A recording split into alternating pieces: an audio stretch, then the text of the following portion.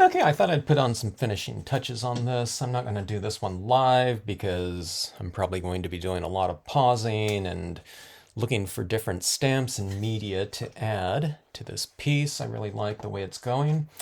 And I think I like the idea of this lady writer right here, being right here. After I got, it was my initial thought about this particular image right in this space right here. But then as I started developing it, I thought I can have something down here on the sand instead of on this overlook. And I thought about another image right down in there, which I could still add, but I don't know. I thought this image just fit perfectly right here, so I thought I would do it. I'm going to do this one in the hybrid ink just because there's a lot of media that's already been applied right in this area in the form of dye-based inks, colored pencil, and there might be some alcohol inks underneath it as well. So I just need a more surface-oriented ink that is going to stand out from the background nice and prominently, okay? All right, so let's give it a try here. Hybrid ink it's a combination of pigment ink, oil-based pigment ink, and the water-based dye inks. And the pigment aspect of it is a little bit more surface-oriented, okay? Dye-based inks work by staining, so they absorb into the paper. So the hopes of having something so prominent is to have it nice and dark over that background. Okay, so you can see how dark it is in comparison to this ink right around in here, which is dye-based ink. So it stands out, and then it stands out against this darker background. If I tried to stamp a dye-based ink over the top of this area right in here that has a lot of white pigment ink, that white pigment ink would show through. It's showing through a little bit here, but I'll probably darken up her hat a little bit with some colored pencil, okay? So I just don't have to do that with most of it, though. All right, so let's see right here. This is something that I wouldn't really bother with normally, but this is a large scene, so I want all the tiny little detailed areas to be pretty resolved, I guess you can say. Or as, whatever, as perfect as I can make it. All right, so a lot of times I have overhangs like this, but this is a really huge scene, so I don't think I would have something up here. It would mean that there was like a gigantic tree up here with overhanging foliage, but I believe this would probably look pretty good here in the foreground, okay? Maybe we'll do a couple different things. This is a really large scene, so it affords us the ability to go in and add in some different textures like this. This is like a branch that'll be like really close to the eye. It isn't supposed to be something that's, you know, like as big as this figure right here. We're just going with, you know, kind of background, midground, closer, that's foreground right here. But if we add this in here, suddenly this becomes foreground and it pushes this area within this foreground, formerly foreground, back a little bit. So it's just extra layering, and I like how dark that is right there. So if I have these branches and some leaves in here, they're a little bit darker. Will create some added depth in the scene. Well, it doesn't need it, but you know, if we have some area that something like this can be added in, why not? And I just happen to have this branch out anyway because it's, you know, perfect for Halloween scenes. It's called the spooky branch, okay? And, you know, in here, it's not meant to be spooky. It's just supposed to be textural and, you know, something that'll create additional depth. All right, so I'm holding this down a little bit longer. I'm allowing this ink to set up a little bit more. Now, another good ink on this surface would be for foreground imagery, like a VersaFine Clear, a full pigment ink. That would be an oil-based pigment ink. And that would give you a really good dark impression. Now, see how that looks right there against that rock? It creates a little bit of extra space and depth. Let's balance it out by putting one in this side area. It doesn't show up that much because it's over this very textural boulders with lichen background, okay, but it shows up a little bit. Look at this right here. I did add in some little highlights. Or did I? Yeah, maybe I did. I didn't add them in white, though. I'm going to give this little grassy tuft area a little shimmer. Like that. Right in that space, and I'm doing it right now because I'm going to stamp right over the top of it.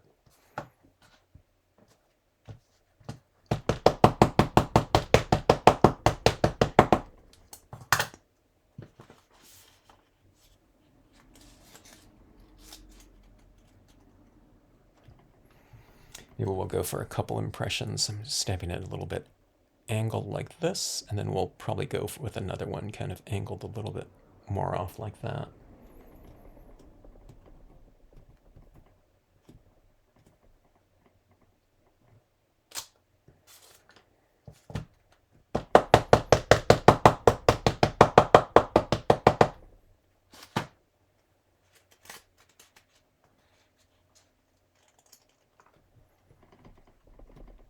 It's kind of like little arm kind of points at our subject matter right there as well. So it's another kind of visual directional device that we can use in here. All right, but I think that looks pretty good down in here. See that? The additional imagery. If you want to go really dimensional, you can do things like you can stamp this out and emboss you know, the foreground imagery where it's actually coming out from the background.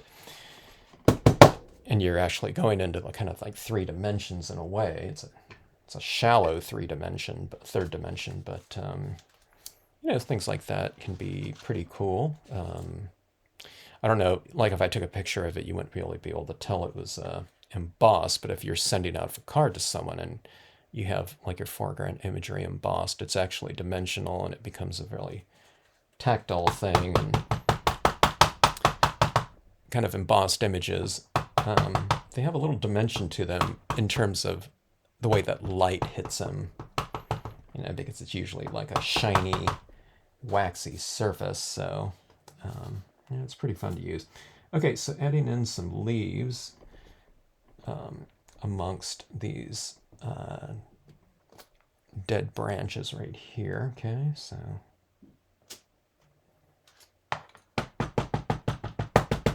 it's not just a dead branch or something like that. It's, you know, just, you know, part of that branch is kind of an older part of it.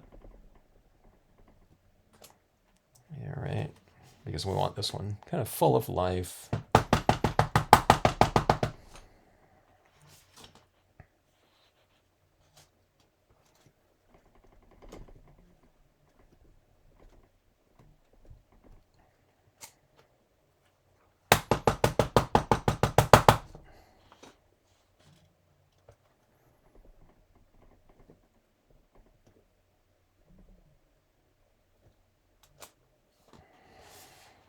All right, so see those leaves down there? We have a little bit more kind of depth, dimension. We have foreground down here. It integrates quite a bit from a textural standpoint with this rock in the background, but you know, these images right in there kind of give it a little bit more kind of subtle depth, I think. And I mean, certainly the figure really stands out like super prominently. It becomes, you know, pretty much the dominant visual landing spot of the scene anytime you have a person in there like that.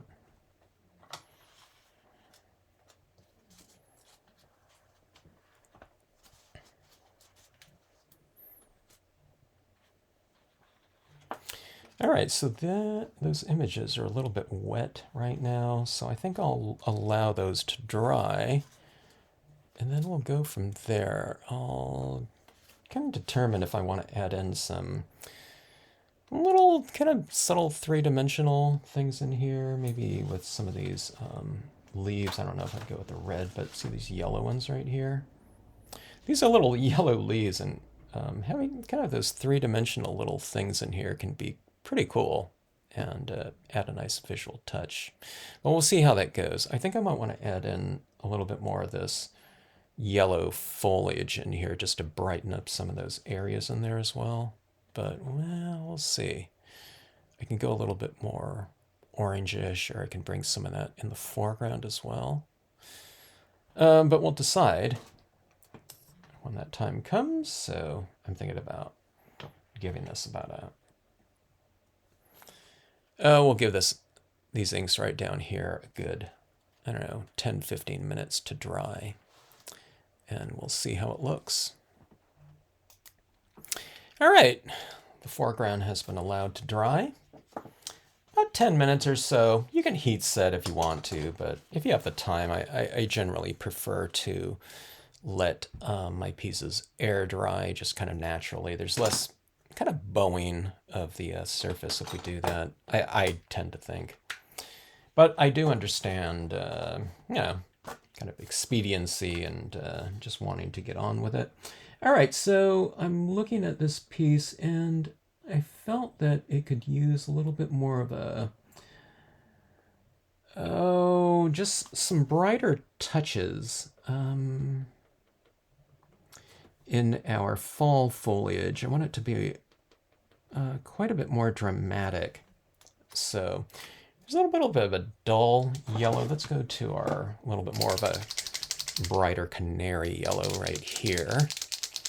And let's bring this piece to, or the objects that are this color to life a little bit more. I kind of ease into it. Sometimes this is like so bright without that same type of element or intensity in this case in other areas of the scene. So when I kind of integrate it a little bit more in different trees in this case, it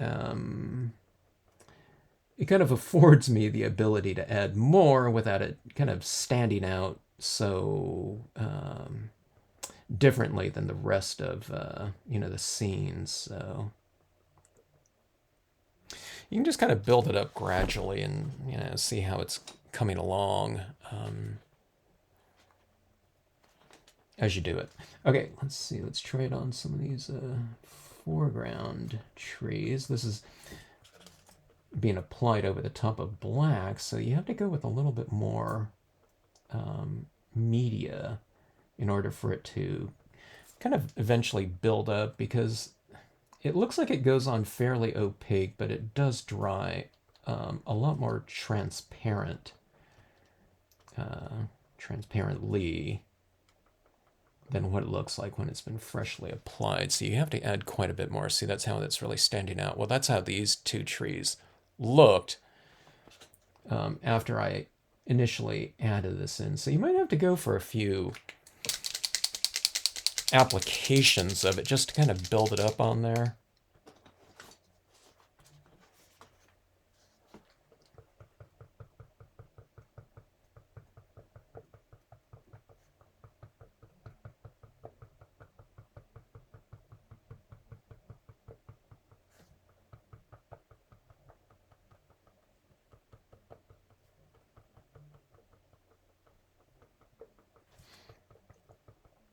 And if you're wondering where I'm applying this or how I'm deciding where to apply it, I'm basically applying it right over the top of the tree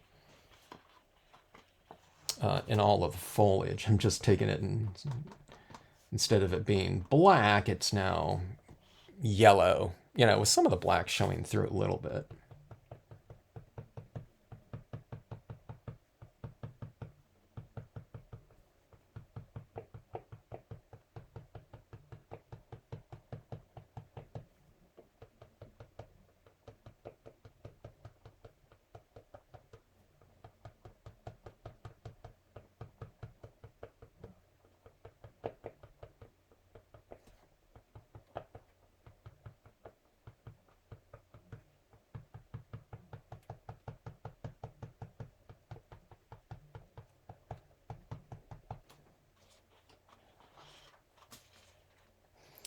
Gonna bring in our foreground to life a little bit more, or maybe even a lot more.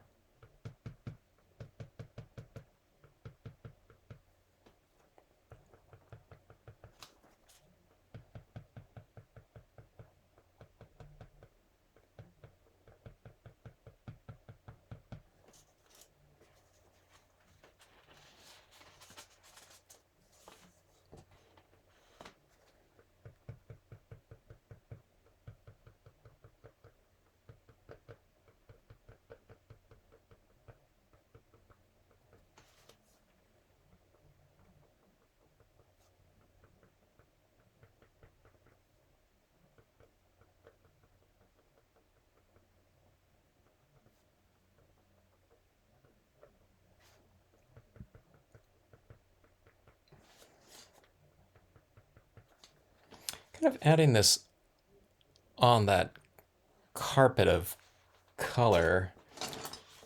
If there's like these deciduous trees in full color, there's often like these little saplings coming up at the base of those types of trees, or even like these bushes right in here. And they take on those same types of fall color tones, or whatever tones that the the mature trees change to.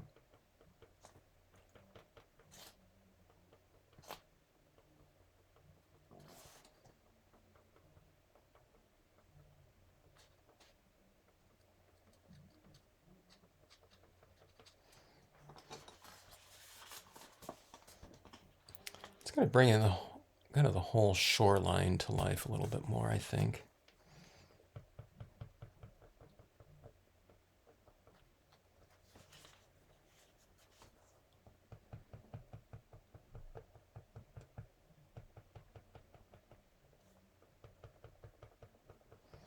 It's fall. I think it's my favorite time of year in the outdoors.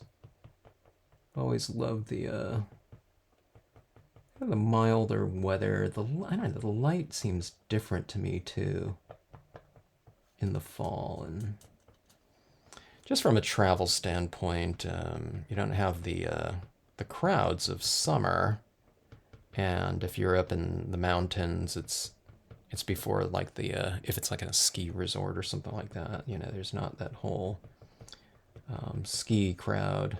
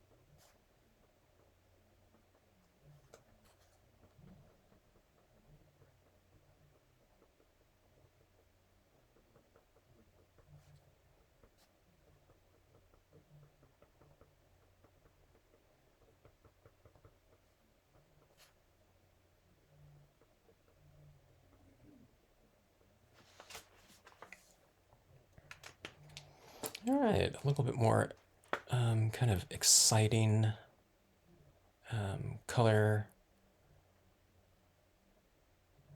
contrasts and intensities in here.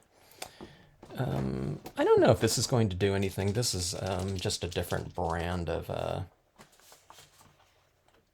acrylic pen. It's a smaller one, 0.7 millimeter as opposed to the 3 millimeter.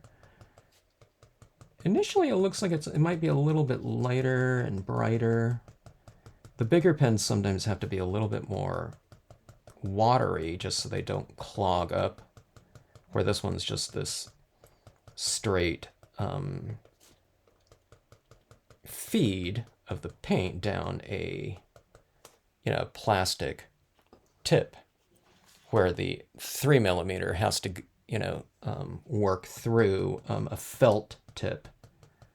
So I don't know what it is. It's like work by, I don't know if it's capillary action or something like that, but I might be able to get a little bit of a brighter touch going with this one. We'll see. But even if it doesn't, I mean, it can't hurt. Just applying a little bit more texture and color.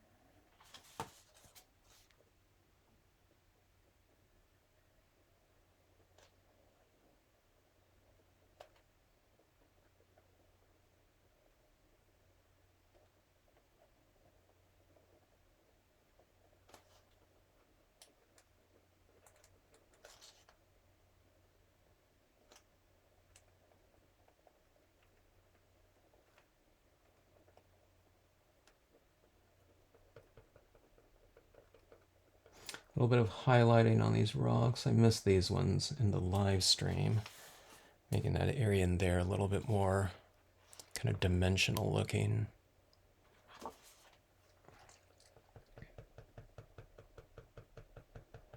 I'll give the shoreline a little bit more contrast.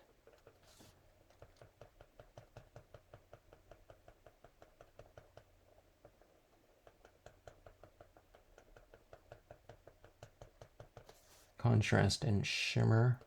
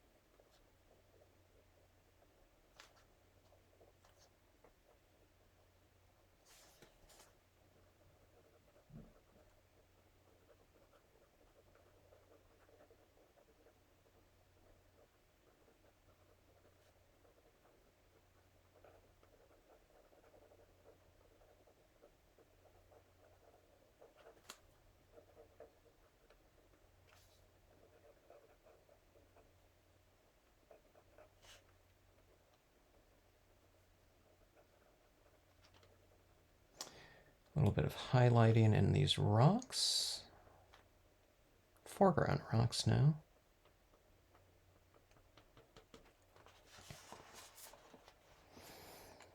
And I think we might be there in terms of the finish on here. Showing a little bit of glare, just like in the live stream. Let me see if I can counterbend this edges a little bit. I'll go and I'll mount this too to keep it nice and flat, but I think those are the little touches in here. I still have the option of adding these little three-dimensional leaves in here, but I'm not sure if I want to in here. I guess it could be kind of interesting. Yeah, let me spray seal this and mount this up and take a look at it and see if we might add, some of these leaves like on these rocks or something like that. It might add kind of an interesting element to it, but I don't know. Let's see. Oh, okay. So one of the things I was looking at too is in these areas underneath these trees. Let's go with a little bit of a duller. This is kind of a brighter yellow right here. This one's a little bit of a darker tone. Sorry for the noise. Let's add some of this right down in here.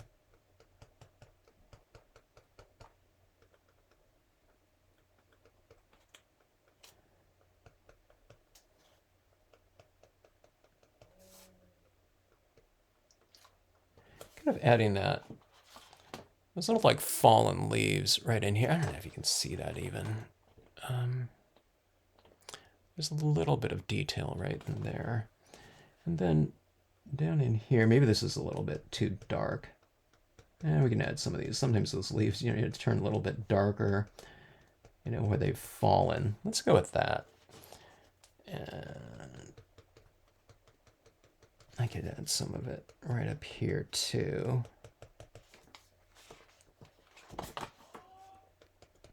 It's just kind of an excuse to add a little bit of this added color and texture where there isn't any. Just, to bring a little bit of continuity into other elements within the scene as opposed to just having these leaves up here. You kind of drop some of them on the rocks. So it puts a little bit of this color on these rocks down below, or just like on the sand or dirt right in there.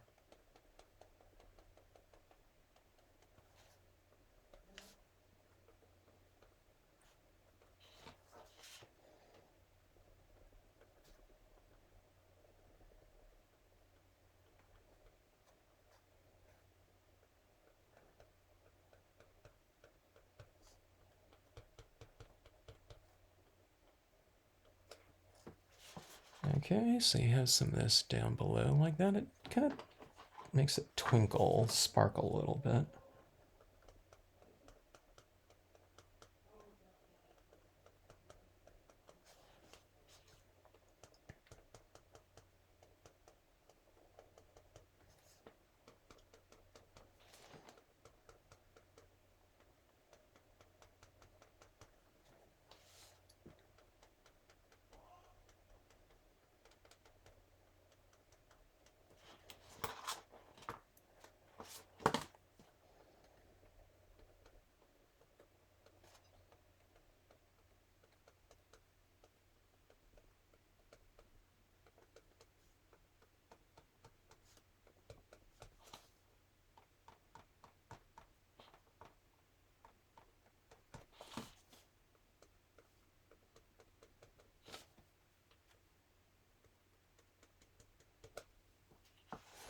Okay, there we go.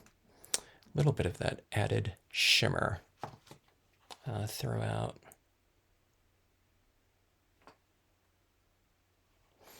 All right. Little workable fixative spray sealing on here. Let's see. I'm looking at kind of this water area. A little bit more tone and richness maybe in here, or brightness, I guess.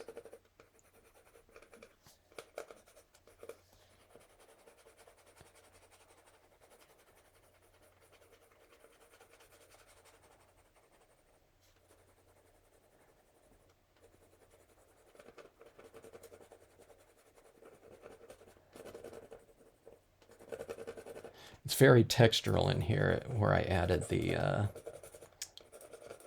splatter painted Dr. Martin's paint, watercolor paint.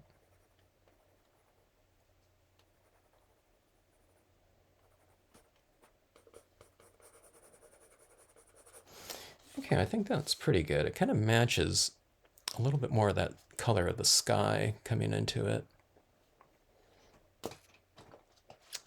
But, all right, let's take this and spray seal, and we'll do a little mounting, and we'll see what it looks like. All right, so we have this matted. I just left like a 1-inch border around here, so that's like 1/2 inch right here and 1/2 inch right here. Actually, maybe it's a 1/2 inch on each side. So this is 8 1/4 by 10 3/4, I think. Anyways, so double mat, whatever it was, like that. All right. So I am going to add some of these yellow leaves, miniature leaves, into my piece. And the reason being is that this foreground in here is just not as exciting from a color standpoint as this background area, okay? They're not as bright, all right? So I thought maybe kind of the addition of a few kind of three-dimensional types of objects or textures,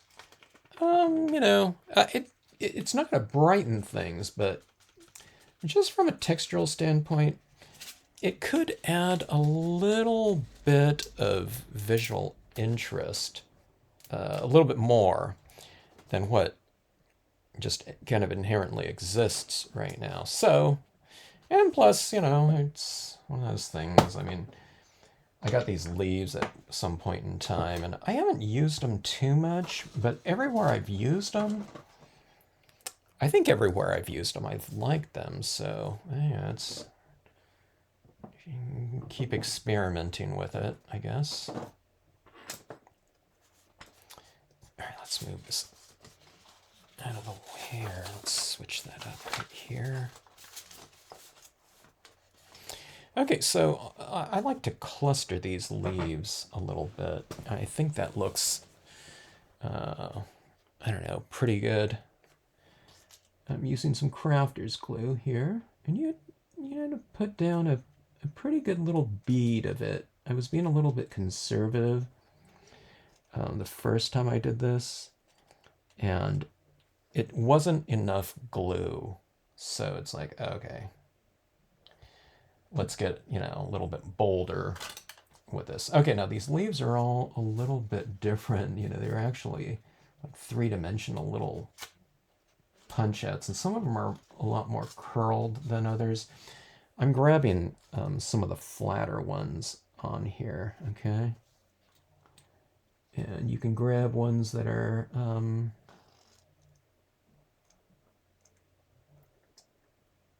kind of fuller. Some of these are, it's like crumbs practically. But that can be good because it's a smaller element, so you can kind of vary the size of the leaf. Okay, I'm looking around right here. This is, oops, I thought I had it. Let me see. That one's a little bit curled. Here we go.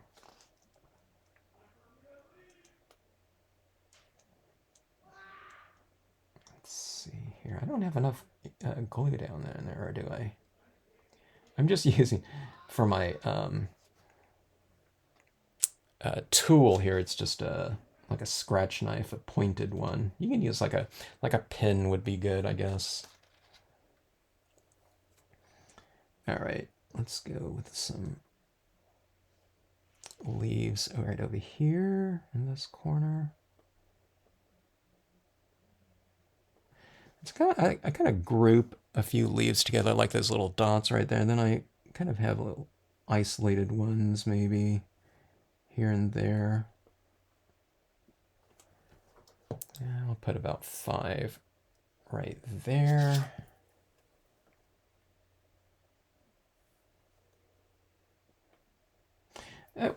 They're kind of subtle, which I kind of like. I don't want them standing out too much. I want it to just be one of those little design elements where if someone, it rewards a viewer that's kind of looking at details within the piece. This is one of my instructors used to say, it's it's kind of rewarding someone for further inspection. So it's like, oh, well, hidden things kind of within the piece.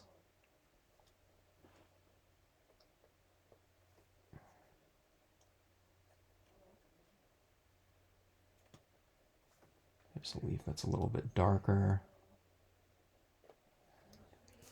There's like 5 of them right in there. You have a couple of them right down in here, okay? So it's like falling off this tree. And then let's put a couple of them right down in here, I think. Or maybe like 1 or 2 on those rocks. The distant ones they're a little bit too far to, to go with the same size of a leaf, so we'll keep it these little details for the foreground area.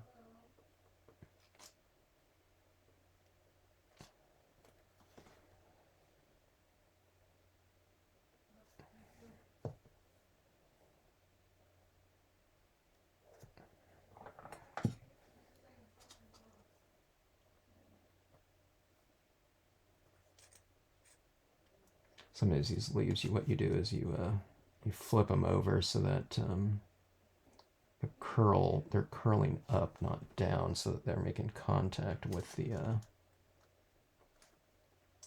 that glue a little bit more.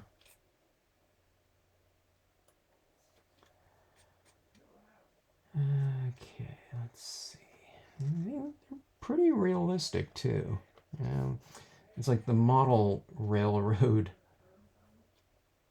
whatever, diorama makers. I mean, they've been making these types of little accessories for that audience, for those enthusiasts for a really long time. So it's nice to be able to take advantage of that kind of element in stamping. So I've often thought that in scenic stamping, we have a lot of access to these three-dimensional things that have been around for a really long time. So I think it's a good idea to utilize them. I'm gonna put like let's see, there's a rock or a tree somewhere off to the side here maybe, and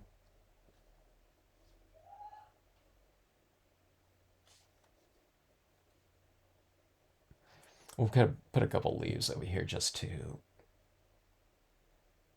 balance off the left-hand side of the scene with all those leaves over there. If I could find a good leaf here. This one's kind of dark. That'll kind of blend in with that background. It's gonna make it makes it a pretty, these leaves look pretty natural looking. So, I tend to like them. And like I said, they kind of, when you look at this, you wouldn't see them right off the bat, but I think that they look pretty decent in there. There's like 5 of them right in here, like that. So you can tell me, if it looks kind of a little bit more three-dimensional and sparkly. It gives a little bit of that orangish tinge right in here too, I think. Which looks pretty good. Speaking of that, let's put a couple little... let's...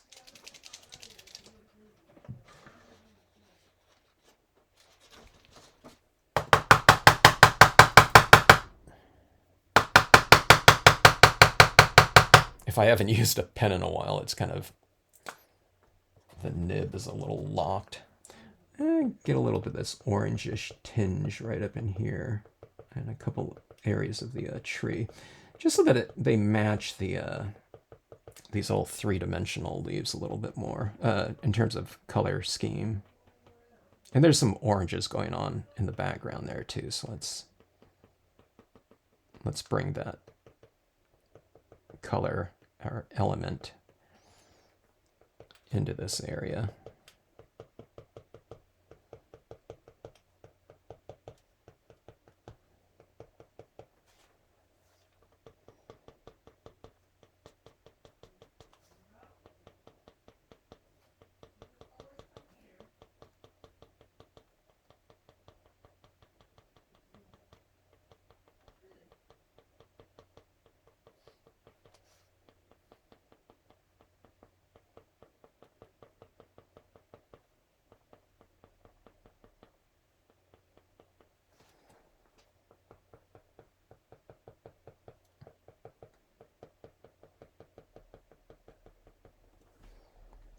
All right, I think that should do it.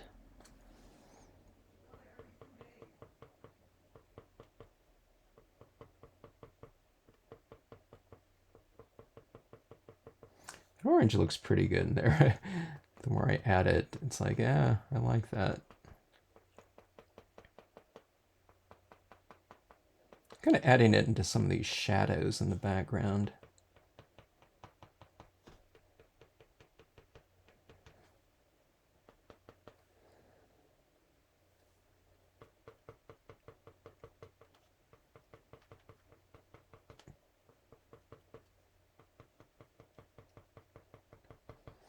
All right.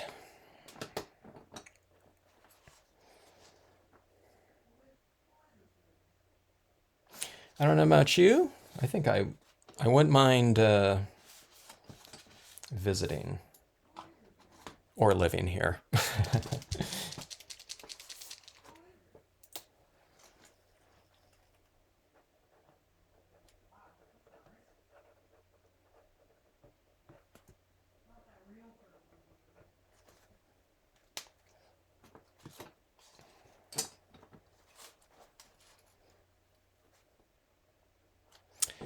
Beautiful autumn tones.